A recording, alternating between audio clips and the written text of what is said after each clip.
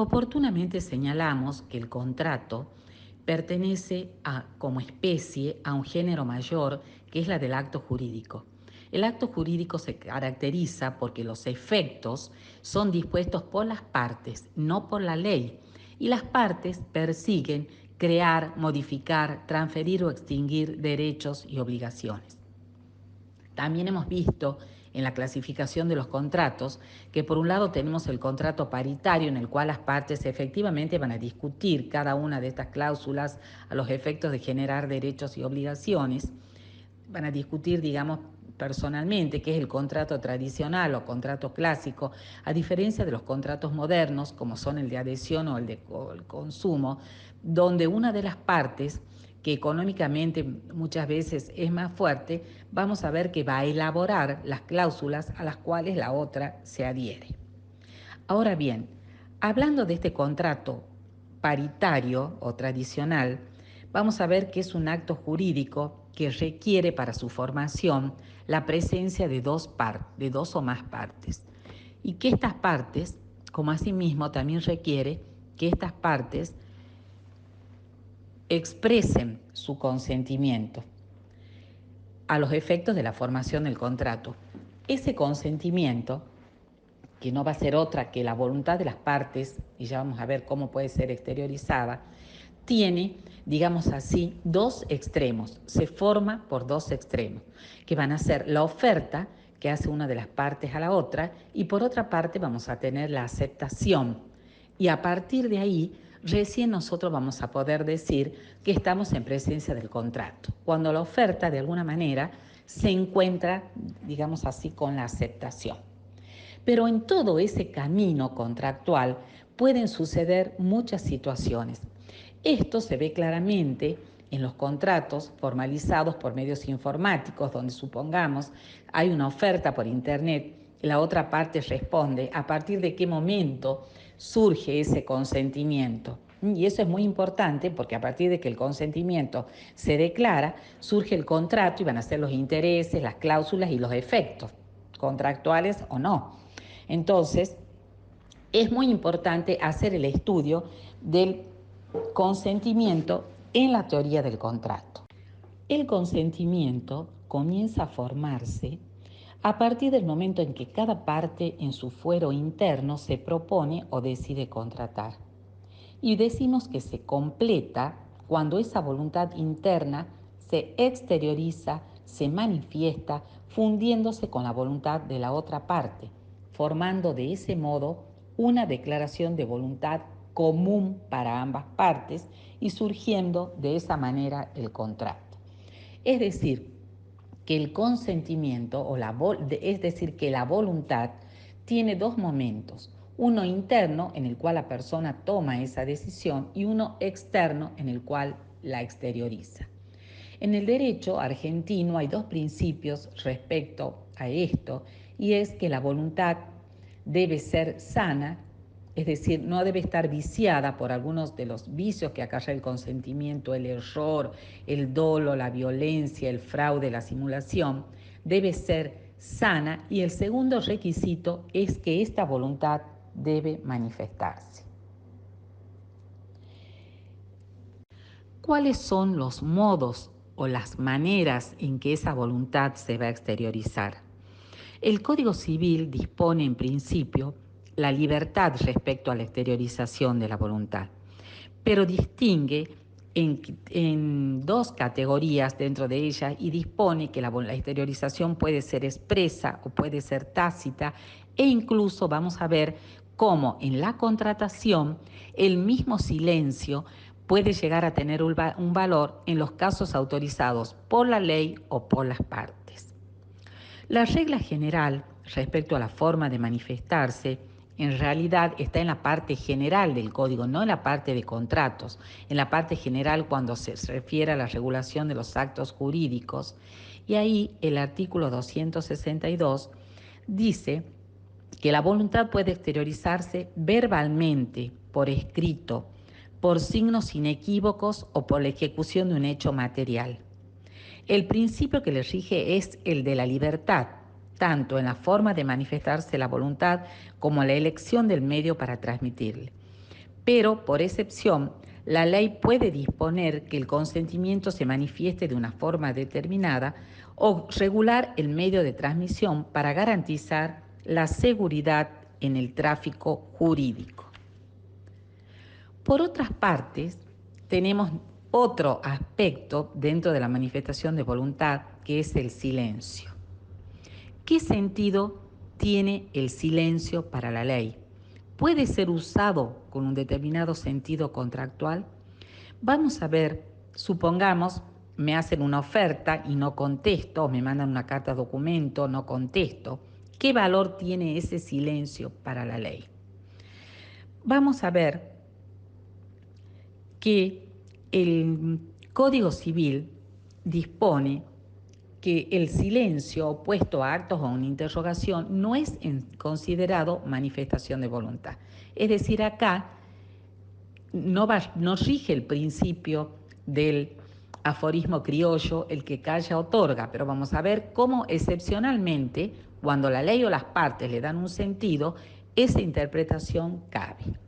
Así el artículo 263 dispone que el silencio opuesto a actos a una interrogación, tal como dijimos, no es considerado una manifestación de voluntad conforme al acto a la interrogación. Ese es el principio general.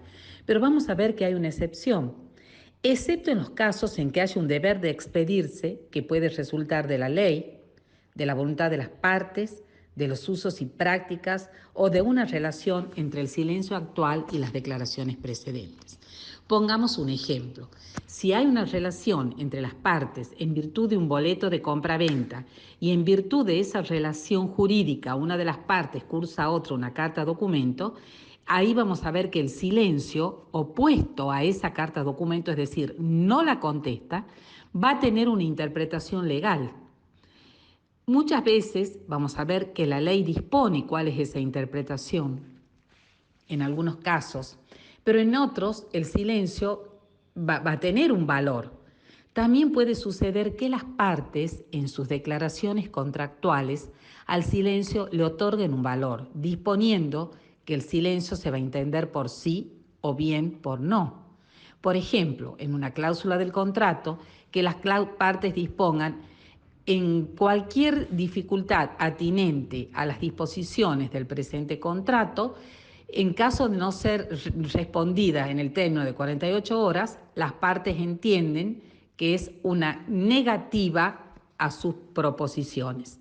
Es decir, que las partes ahí al silencio le están dando un sentido. Y en esas consideraciones vamos a ver que va a surgir la obligación de darle al silencio el sentido que ellas mismas le han querido otorgar en sus declaraciones. Entonces, hemos hablado de la manifestación de voluntad o como formativa del consentimiento y así también de los extremos de que son por un lado la oferta y en la otra punta podemos decir que va a estar la aceptación.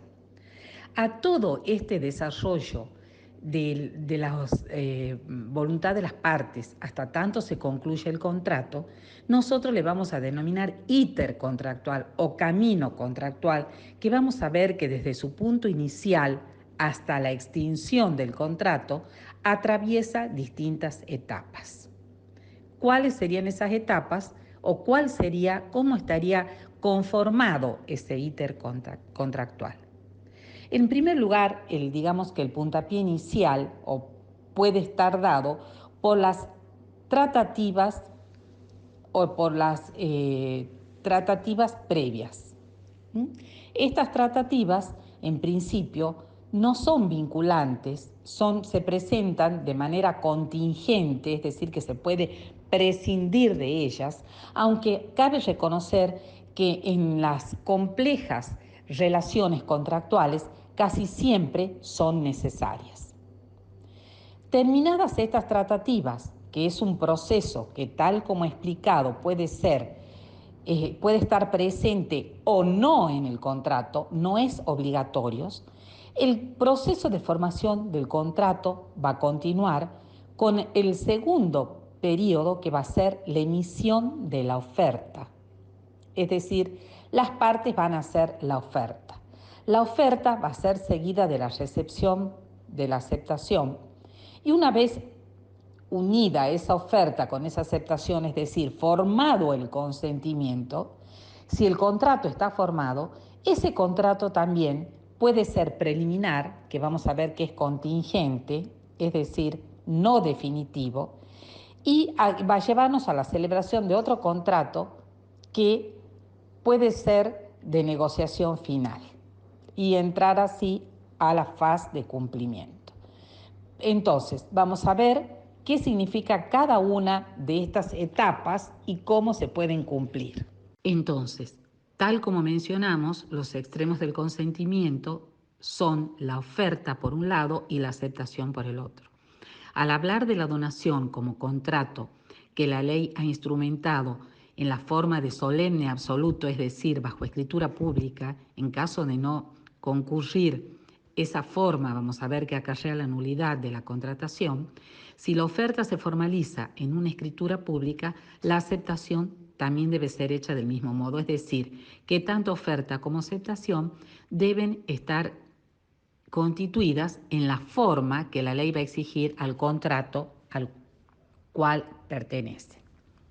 La oferta, otro de los requisitos, hemos dicho que es una manifestación de voluntad, como tal es un acto jurídico, puesto que vamos a ver que persigue la creación de un contrato. Después también hemos dicho que tiene que tener las precisiones necesarias para establecer los efectos. Estas precisiones vamos a ver que se traducen en el requisito de su completividad, es decir, debe ser completa. Las manifestaciones que hace el oferente debe contener las menciones suficientes respecto del contrato que quiere celebrar. Es decir, tendrá que individualizar el objeto, los derechos y obligaciones, como así también los efectos jurídicos que deberá afrontar el destinatario al aceptarla. Es decir, que otro de los requisitos es que debe ser completa, tener todas las precisiones a los fines de que la aceptación pueda integrarse con esa oferta. Después, otro de los requisitos es la intención de obligarse o intentio iuris, es decir, que debe perseguir la finalidad de producir efectos jurídicos aún antes de su aceptación. Si yo acá pregunto sobre un ejemplo de una oferta, que pueden ser múltiples, esa oferta en realidad va a carecer de intención jurídica porque está hecha con fines ejemplificativos y no persigue en realidad la intención de obligarse. Es decir, que todas las declaraciones hechas con fines publicitarios, con fines de promoción o con fines ejemplificativos, quedarían fuera de una oferta válida, puesto que le faltaría el requisito de la intención jurídica. Es decir, que es la finalidad inmediata de producir efectos jurídicos y que tales efectos se alcancen mediante las cláusulas del contrato por las cuales el oferente va a perseguir crear, modificar, transferir o extinguir derechos y obligaciones. En el antiguo código, la oferta, para ser tal, debía estar dirigida a una persona determinada, porque el contrato sobre el cual trataba el código era el contrato paritario en que las partes discutían una a una las cláusulas. Entonces, la determinación de la persona o del contratante se consideraba un requisito esencial. En el nuevo código resulta un requisito que esta manifestación esté dirigida a una persona determinada o determinable.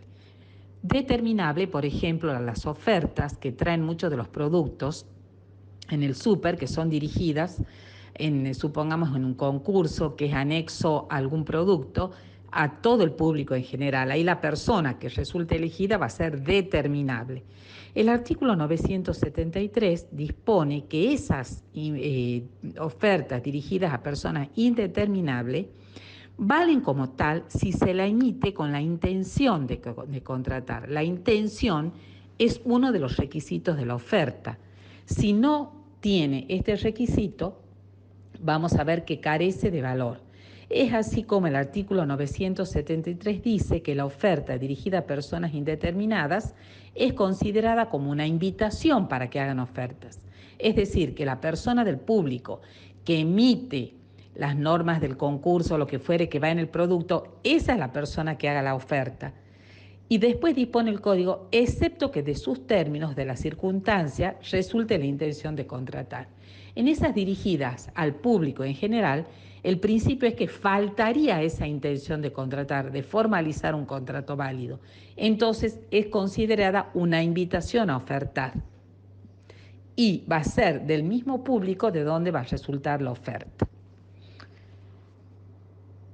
Ahora bien, vamos a ver cómo es que esa oferta obliga a la persona que la hace, obliga al proponente.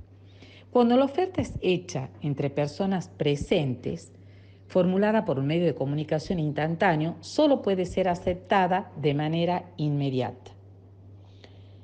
Es decir, salvo que resulte lo contrario de los mismos términos de la oferta, de la naturaleza del negocio o de las circunstancias del caso. Y podemos preguntarnos a partir de cuándo obliga la oferta, a partir de que es conocida y recibida por el destinatario. Es así que el Código Civil en el artículo 974 dispone que los plazos de vigencia de la oferta comienzan a correr desde su recepción. La oferta es una manifestación de voluntad de las partes. Para que sea válida, tiene que tener la intención de contratar. Sin embargo, como manifestación de voluntad, es susceptible de retractación por un lado y de retiro por el otro. Vamos a ver que no es lo mismo retiro que retractación, porque en la primera situación, la declaración del acto tiene distintos significados. Se retira la oferta cuando aún, digamos, no ha sido conocida por el destinatario. Tiene que darse el retiro de esa oferta en un tiempo conjunto hasta antes de que él reciba esa oferta, porque sabemos que rige el principio de la recepción. En cambio, la retractación, vamos a ver qué ocurre cuando la misma ya ha sido recepcionada por parte del aceptante. Es decir, que las ofertas pueden ser retractadas, pero hay un término que la ley dispone en que ello puede tener lugar.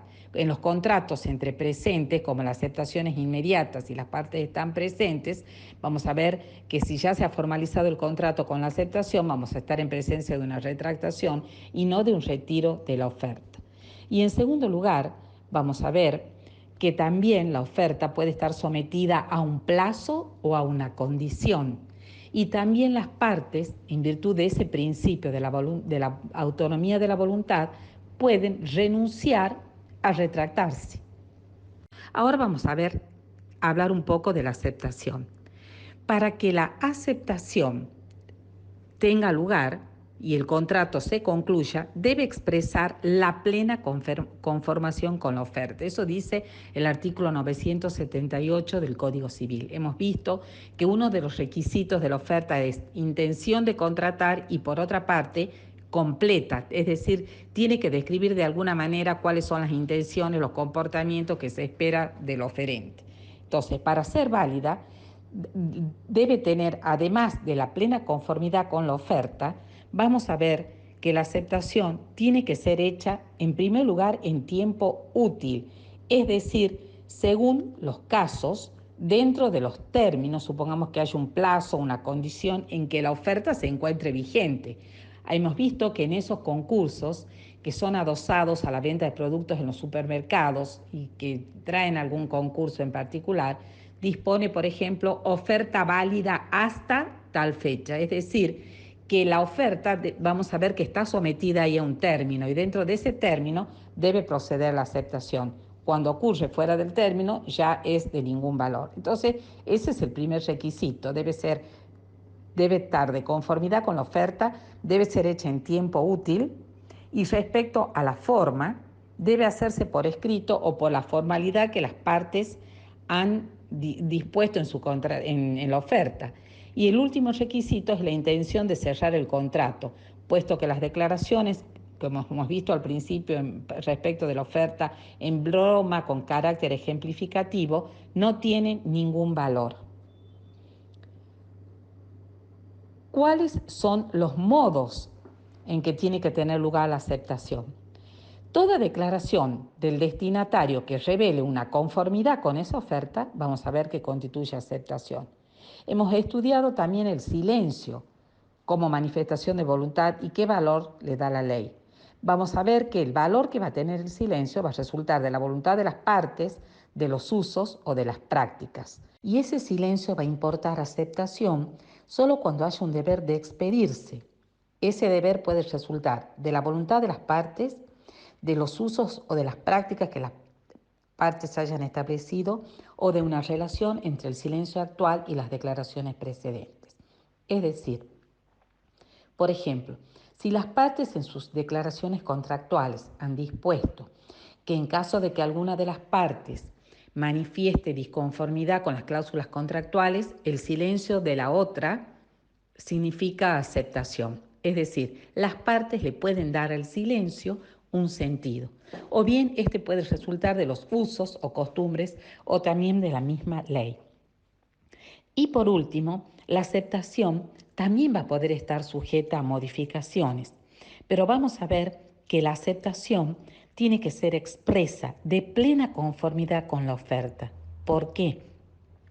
Porque debe expresar plena conformidad con la misma, ya que el mismo Código Civil, en el artículo 978, vamos a ver que cualquier modificación hecha en la oferta, al aceptarla, va a implicar la propuesta de un nuevo contrato.